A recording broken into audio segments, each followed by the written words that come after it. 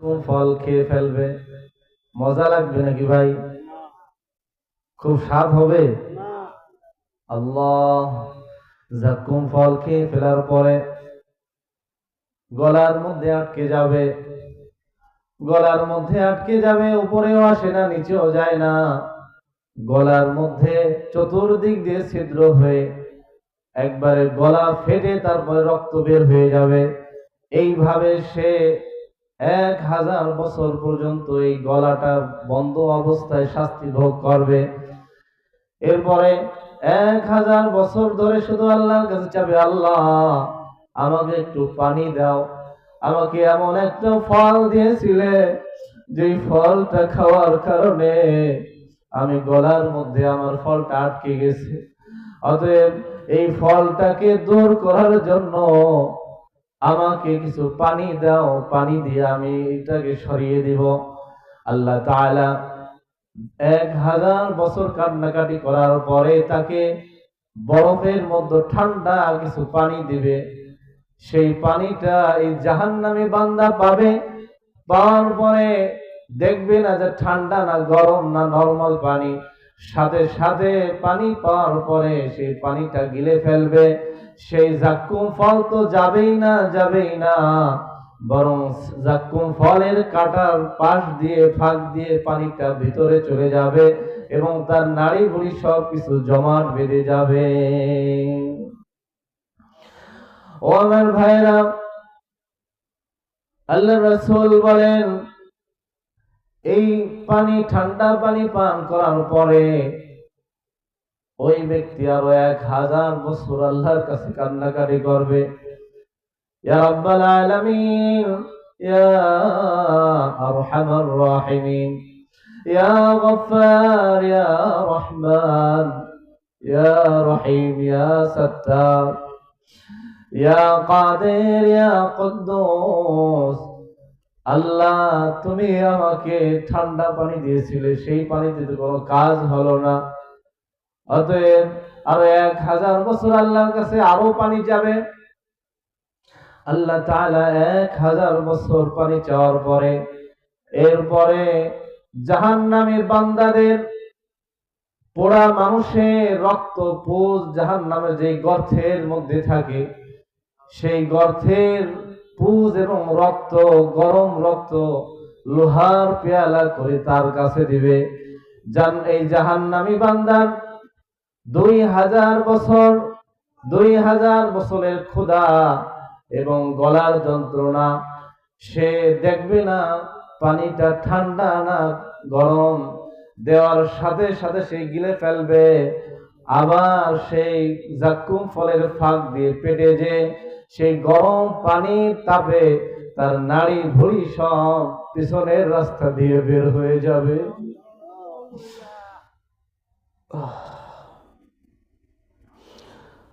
এই অবস্থার পর আল্লাহ তাআলা বলবেন, যুক ইন্নাকা আনতাল আজিজুল কারীম। আল্লাহ তাআলা বলবেন, যুক ইন্নাকা আনতাল আজিজুল কারীম, যুক ইন্নাকা আনতাল আজিজুল কারীম। তুমি স্বাদ গ্রহণ করো, মজা গ্রহণ করো। আসলে কি তার মজা হইতেছে? আল্লাহ তাআলা বলবেন, তুমি স্বাদ গ্রহণ করো, তুমি মজা গ্রহণ করো।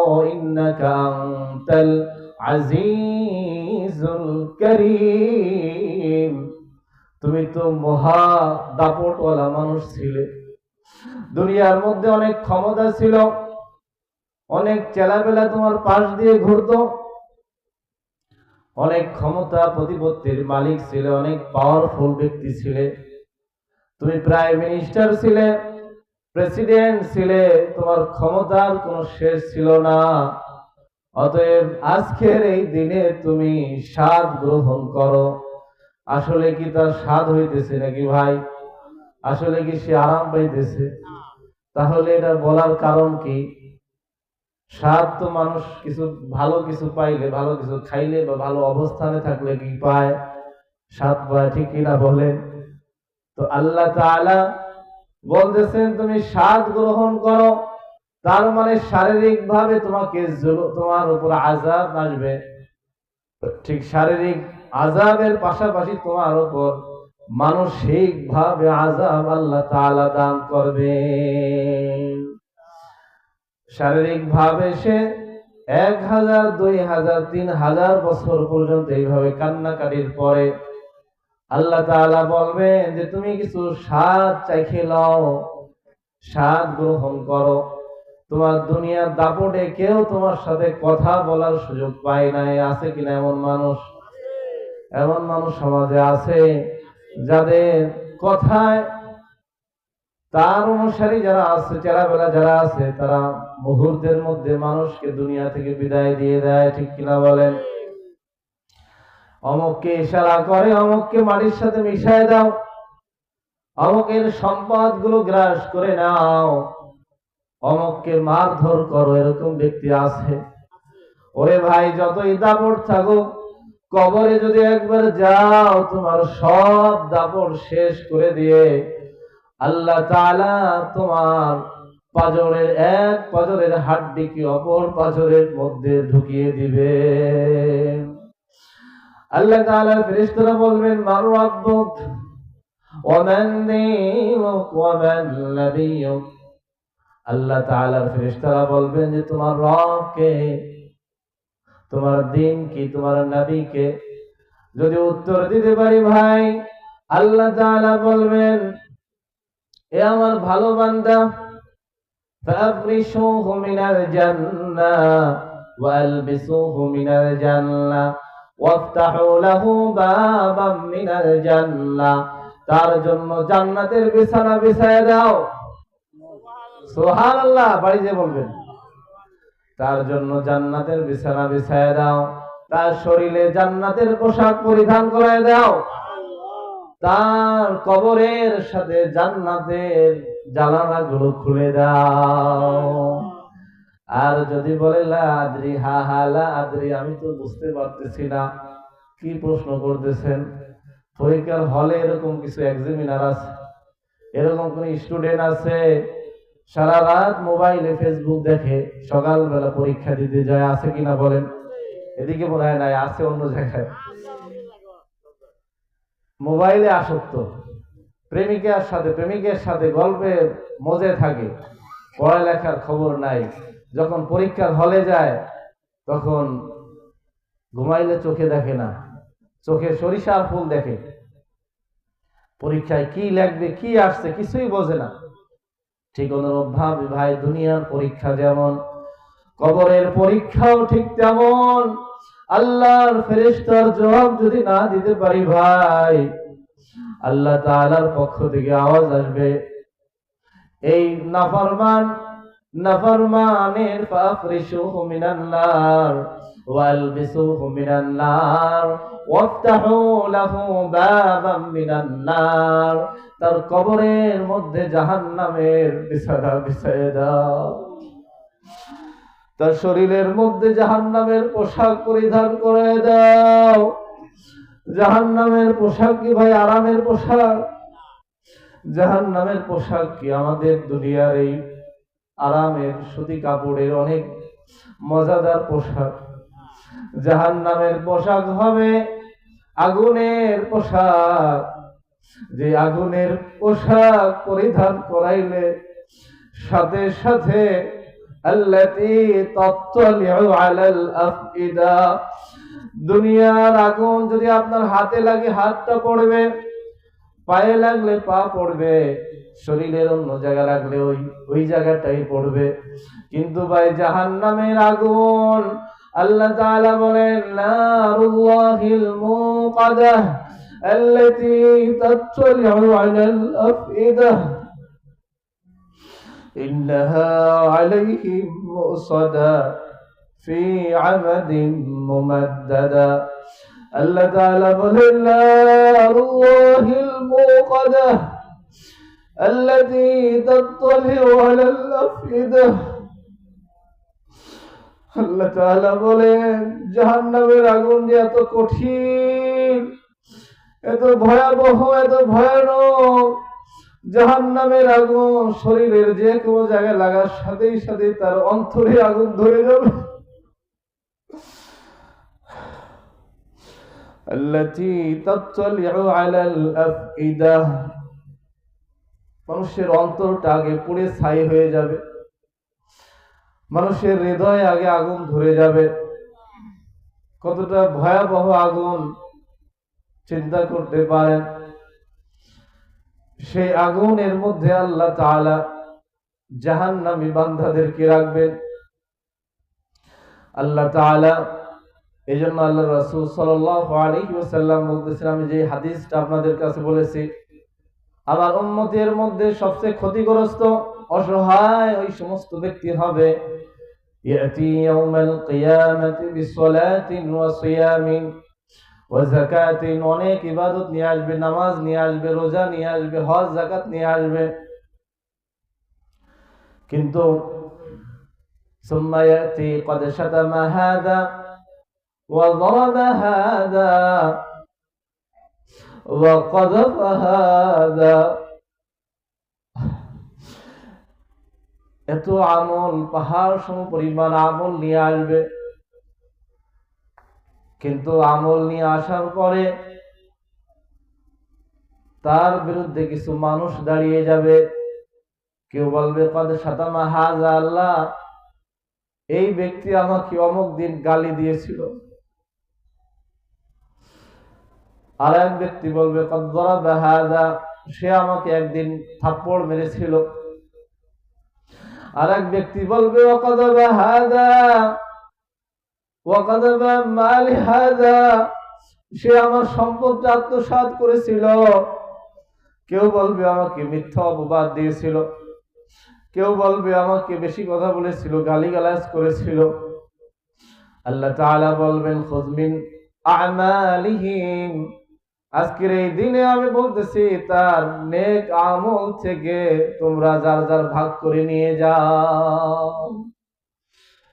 এত বেশি আমল করলো, পাহাড় সম পরিমাণ নামাজ রোজা হজ যাকাত করছে, কিন্তু মানুষের হক নষ্ট করার কারণে সে বুঝতেও পারে নাই যে অমুক ব্যক্তির হক সে নষ্ট করছে। একজন রিকশাওয়ালাকে থাপ্পড় মেরে দিছে, কথা কাটাকাটি করে মারধর করে ফেললো, আছে কিনা ভাই? গালিগালাজ করলো, গালিগালাজ কি এমনিতেই চলে যাবে? আল্লাহ তাআলা বলেন মা ইয়ালফিযু মিন কাওলিন ইল্লা লাদাইহি রাকীবুন আতীদ। সূরাতুল কফ 18 নম্বর আয়াতের মধ্যে আল্লাহ তাআলা বলেন, তোমাদের মুখ থেকে যা বের হয়, ভালো কথা হোক, খারাপ কথা হোক, গালিগালাজ হোক বা অন্য যে কোনো জিনিস হোক, মা ইয়ালফিযু মিন কাওলিন ইল্লা লাদাইহি রাকীবুন আতীদ, মুখ থেকে যাই বের হয় সাথে সাথে আমি আল্লাহ সেইগুলো লিখে ফেলাই। তাহলে কথা কি যে কোনো কথা বলা যাবে? ফাহিশা কথা বলা যাবে, অনর্থক কথা বলা যাবে?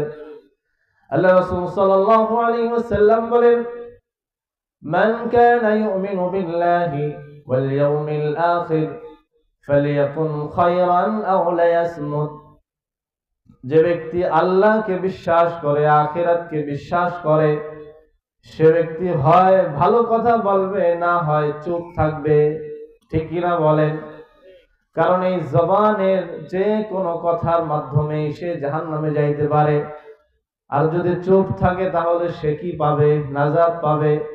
চুপ থাকলে সে ভালো কথা বলবে, না হয় চুপ থাকবে। বেশি কথা বললেই তো খারাপ কথা বের হয়ে যায়, ফাহিশা কথা বের হয়ে যায়। এজন্য আল্লাহ তাআলা মানুষের জবানের গ্যারান্টি যদি কেউ দিতে পারে, তার জবানটাকে ভালো রাখবে, ফাহিশা কথা বলবে না। এবং লজ্জা স্থান, মান ইয়াজমান লিমা বাইনা লাহইহি ওয়া মা বাইনা রিজলাইহি আযমান লাহুল জান্নাহ। রাসূল সাল্লাল্লাহু আলাইহি ওয়াসাল্লাম বলেন, যে ব্যক্তি আমার কাছে তার জিহ্বার নিরাপত্তা দান করবে এবং লজ্জাস্থানে নিরাপত্তা দান করবে, আমি আল্লাহর রাসূল তার জন্য জান্নাতের জামিনদার হয়ে গেলাম। মুখ দিয়েই মানুষ বেশি জাহান্নামে যাবে। মুখ দিয়ে ফাহিশা কথা, অনর্থক কথা, বকাঝকা আছে কিনা ভাই? এই মুখের জবানের মাধ্যমে আল্লাহ রাসূল সাল্লাল্লাহু আলাইহি ওয়াসাল্লাম বলেন ইয়াখরুজু আনিদ-দীন, মানুষের এই জবানের কিছু কথার মাধ্যমে সে ধর্ম থেকে, ইসলাম থেকে বের হয়ে যায়। এমন কথা বলছে যার একটা কথার মাধ্যমে তার ইসলাম শেষ। আবার আল্লাহ রাসূল বললেন মানুষ এমন কথা বলে সাখাতার রাব্বি, যার মাধ্যমে আল্লাহ তাআলা নারাজ হয়ে যায় এবং আল্লাহ তাআলার অভিশাপ এবং আযাব এই জবানের কথার মাধ্যমে আল্লাহ তাআলা তার উপর নাজিল করে দেন। এই জন্য জবানের হেফাজত করা।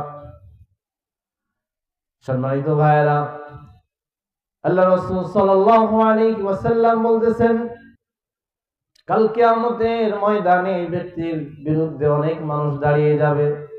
কদ শাতামা হাযা, অমুক দিন অমুক তারিখে অমুক সময়ে আমাকে গালি দিয়েছিল, আমার সম্পদ আত্মসাৎ করেছিল। মানুষের সম্পদ আত্মসাৎ করা কত কঠিন গুনাহ। আল্লাহ রাসূল সাল্লাল্লাহু আলাইহি ওয়াসাল্লাম বলেন যে ব্যক্তি মান যালামা মিন আরদি শিবরিন তুওয়িকা লাহু ইয়াওমাল কিয়ামাহ, যদি কোনো ব্যক্তি কারো আধ হাত পরিমাণ, এটা কত হাত?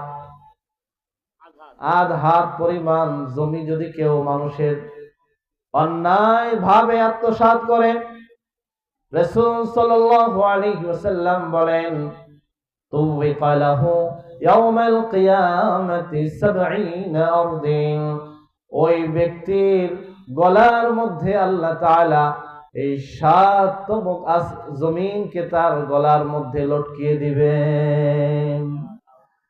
নাউযুবিল্লাহ।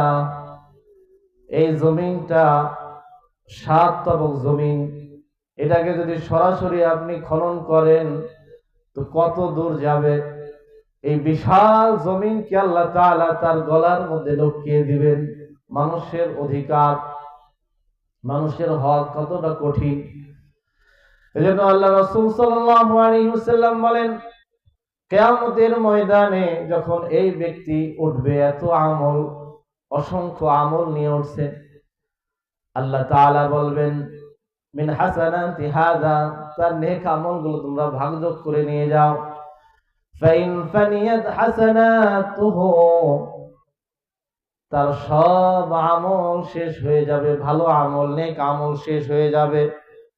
রাসূল সাল্লাল্লাহু আলাইহি ওয়াসাল্লাম বলেন কিন্তু তারপরে অনেক দাবিদার এখনো আছে, তাদের সাথে জুলুম করেছিল।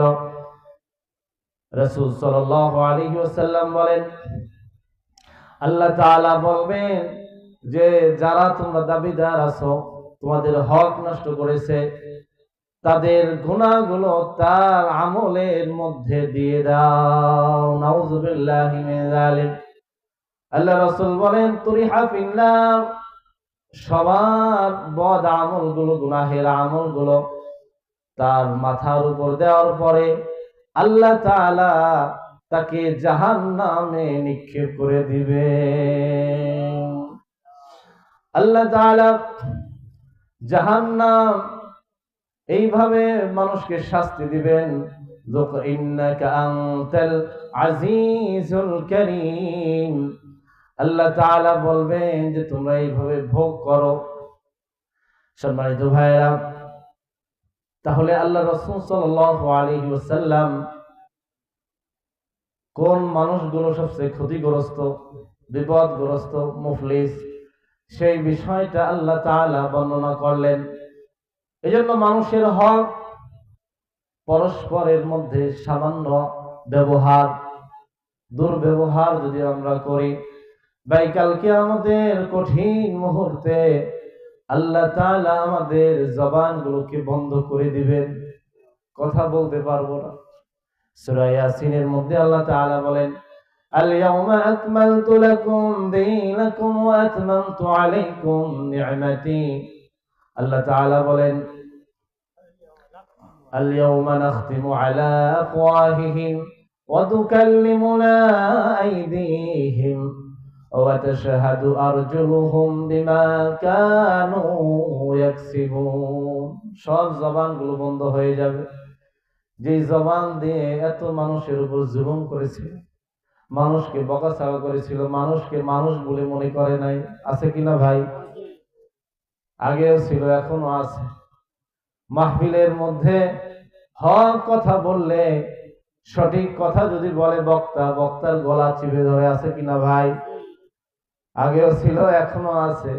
আগে একটু বেশি ছিল। আমাদের আগের বক্তা হুজুর বলে গেছে যে আগে একটু বেশি ছিল, কিন্তু এখনো আবার নতুন করে তৈরি হয়েছে। যে হুজুর, কেন আপনি রাজনৈতিক কথা বলেন, বর্তমান প্রেক্ষাপট নিয়ে কেন কথা বলেন? আসলে কি কথা বলা যাবে?